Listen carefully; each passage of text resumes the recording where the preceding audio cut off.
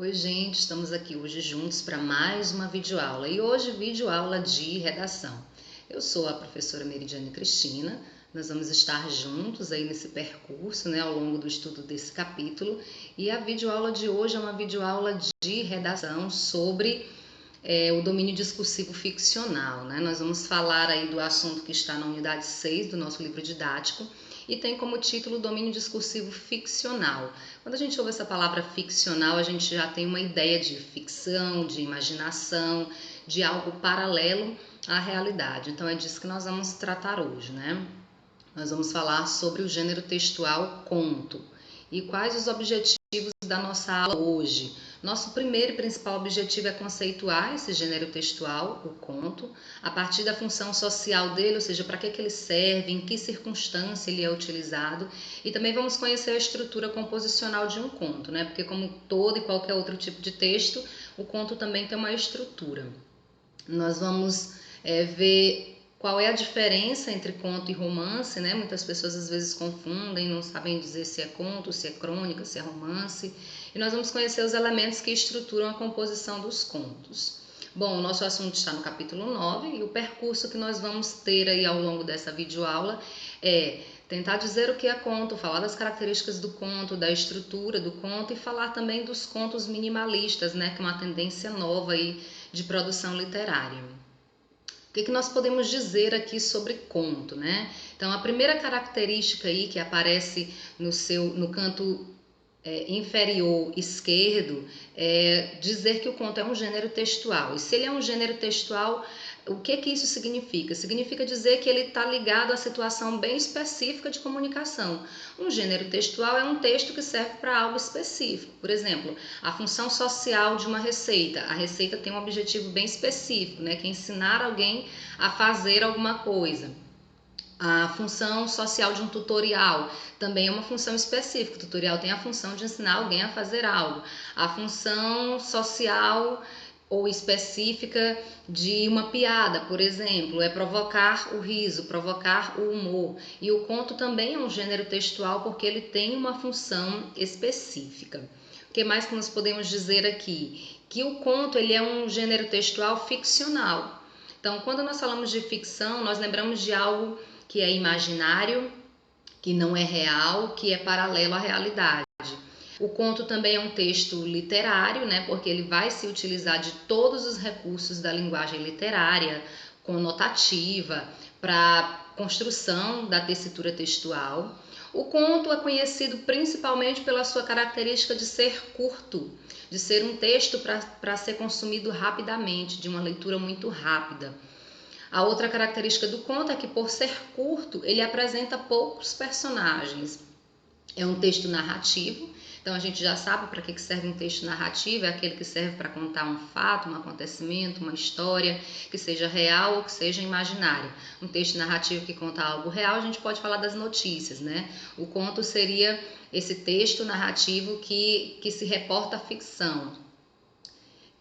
Outra característica é que o conto é um texto escrito em prosa, e aí vale a gente lembrar o que é um texto em prosa e o que é um texto em poesia. O texto em prosa ele é aquele que ocupa todo o espaço da folha, de uma margem até a outra, Porque às vezes a gente fala ocupa todo o espaço de uma folha e o autor às vezes só escreveu 2 parágrafos e ficou metade da folha para preencher. Então, quando a gente fala que é um texto em prosa, é porque ele é escrito em parágrafos e ele ocupa de uma margem até a outra da folha onde está escrito.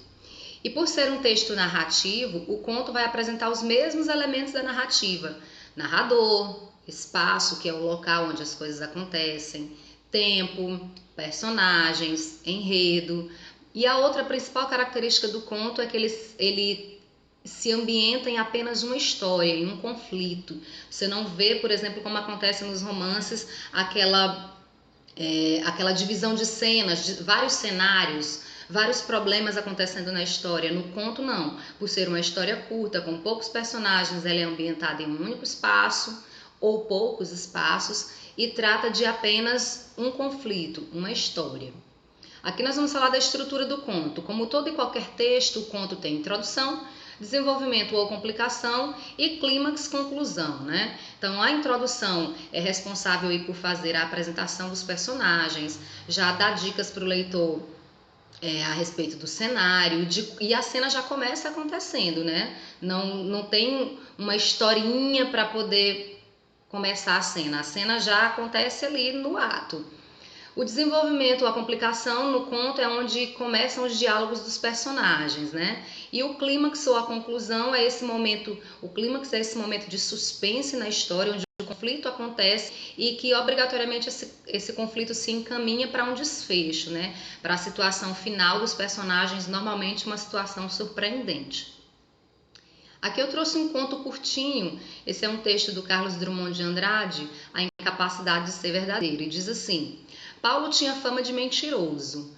Um dia chegou em casa dizendo que vira no campo 2 dragões da independência cuspindo fogo e lendo fotonovelas. Então aí nessa introdução a gente já vê a cena acontecendo, o Paulo chega em casa um dia dizendo o que ele viu no campo. A única coisa que é apresentada nessa introdução é o personagem Paulo, né? E descrevendo a característica do Paulo como um menino mentiroso, mas a ação já começa a aparecer. Um dia ele chega em casa contando uma história surpreendente para a mãe. A mãe colocou de castigo, mas na semana seguinte ele veio contando que caíra no pátio da escola um pedaço de lua, todo cheio de buraquinhos, feito queijo. E ele provou e tinha gosto de queijo. E a mãe vai começando a se preocupar com essa situação do menino contando histórias fantasiosas, né?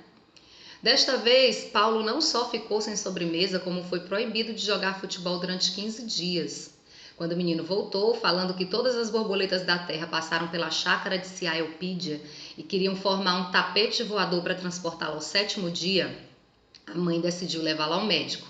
Após o exame, o doutor Epaminondas abanou a cabeça. Não há nada a fazer, dona Coló. Esse menino é mesmo um caso de poesia. Então a gente vê aqui no último e no penúltimo parágrafo que há um conflito. O menino chega contando algo ainda mais surpreendente e a mãe resolve tomar uma atitude, que é levá-lo ao médico para saber qual é o problema de saúde dele, né? E o médico encerra dizendo, olha, não tem nada para fazer, ele é um caso de poesia, ele tem uma imaginação muito fértil. Então a gente percebe aí a estrutura do conto, de introdução, de desenvolvimento e de clímax que leva ao desfecho, né? Nós vamos falar agora a respeito dos contos minimalistas. Essa palavra minimalistas, ela vem de mínimo, de pequeno. Se a gente acha que o conto, que ocupa aí entre 2, 3, 4 páginas, como é o caso do conto A Cartomante de Machado de Assis, se a gente já acha que um conto desse é um conto curto se comparado com um romance, porque o romance tem uma extensão um pouco maior, né? Mas o conto minimalista, ele é ainda menor do que um conto convencional. Então, é a ideia de dizer o máximo com o mínimo de palavras possíveis, né? Então, o autor vai ter aí um espaço limitado para colocar a sua imaginação. E a gente pode nomear esses contos minimalistas a partir dessas 3 nomenclaturas aí. Na verdade, alguns autores consideram divisões diferentes, acham que o miniconto é uma coisa, microconto é outra e nanoconto é outra. E na verdade, qualquer texto que tenha introdução, desenvolvimento e fim, se caracteriza como algo narrativo, ficcional e que conte uma história curta, pode ser considerado um miniconto. Agora, alguns autores fazem essa divisão baseando-se na quantidade de caracteres. Alguns dizem, por exemplo, que o miniconto chega a ter no máximo 150 caracteres, o microconto vai ter no máximo até 100 caracteres e o nanoconto vai ter menos de 50 caracteres. Então é o autor tentar colocar o seu texto ali no mínimo possível. Esses caracteres incluem os espaços entre as palavras, incluem pontuação. Então o autor tem aí o grande desafio de escrever muito dizendo pouco, né? Aliás, dizer muito escrevendo pouco. A ideia seria essa. Então, o que a gente pode resumir aí é que esses mini contos eles vão no máximo até metade de uma página ou apenas um parágrafo. Eles têm um limite de até 150 caracteres e a principal característica deles, por serem tão mínimos, é que eles têm como suporte de transmissão e de divulgação as tecnologias da informação e comunicação. Então, são textos feitos para redes sociais como o Twitter, que só utiliza aí até 140 palavras. São textos para serem enviados por SMS, para serem compartilhados no status. Então, textos curtinhos assim são considerados mini-contos, né? Ou microcontos ou nanocontos, como dizem os autores. Aqui a gente tem um exemplo de mini-conto, que é da Lígia Fagundes Telles. Está publicado no livro Os 100 Menores Contos Brasileiros do Século, que é um livro do Marcelino Freire. E ela colocou esse mini conto, e você vê aí que a quantidade de palavras é bem limitada, né? Nós temos apenas 3 linhas aí, acho que a gente não chega a ter nem 20 caracteres, eu não conferi. Mas ela diz assim: eu fui me confessar no mar. O que ele diz? Nada. E aí a gente vê o duplo sentido da palavra nada, né? Nada no sentido de remar contra a maré, ou nada no sentido de zero, de vazio absoluto. Então, num pequeno texto como esse, a Lígia Fagundes Telles consegue colocar o seu sentimento, aquilo que ela pensa, né? Aqui eu tenho um outro de um escritor que eu gosto muito, que é o Leonardo Brasiliense. Foi o primeiro livro de mini-contos que eu li. O nome do livro é Adeus, Contos de Fadas, e esse é o conto de fada da menina feia. Perceba aí o duplo sentido que o nome da menina traz no texto, né? Das irmãs, Zinha era mais feia, como também era mais feia da escola, da rua, do bairro. Nas festas não ficava com ninguém. Uma vez até arrumou um namorado, mas aí a família do rapaz o levou ao oculista e no dia seguinte a Zinha já era sozinha. As velhas fofoqueiras diziam: pobrezinha, nunca vai arranjar marido. Elas não sabiam, mas o destino da Zinha foi o mais lindo de todos. Ela virou uma estrela e brilha até hoje no céu. Não é muito fácil de enxergar, a não ser para as meninas feias que acreditam em contos de fadas. Então esse texto traz para nós a situação de uma menina, né, que tem um certo complexo de inferioridade. E aí você vê como o autor faz trocadilhos com o nome da Zinha. A Zinha agora era sozinha, só no sentido de apenas, ou sozinha no sentido de solitária, né? A Zinha agora era apenas a Zinha, ou então a Zinha agora era sozinha. Pobrezinha, tanto sendo o nome da menina, o pobre sendo um adjetivo, né? Pobre da Zinha, coitada da Zinha, ou então pobrezinha, né? Uma palavra só. Então o autor vai fazendo esses trocadilhos com o nome da personagem principal. Aqui eu trouxe umas indicações de leituras de mini-contos, como eu falei para vocês, são leituras rápidas, deliciosas, né? Mini-contos e muito menos, Adeus, Contos de Fada, Os 100 Menores Contos Brasileiros do Século e Os 100 Melhores Contos Brasileiros do Século. Observe que um é Os 100 Menores e o outro é Os 100 Melhores Contos Brasileiros do Século. São 2 livros diferentes. Aqui a gente tem, na nossa revisão, que nós estudamos no nosso texto até agora, né? Nós estudamos o gênero textual conto.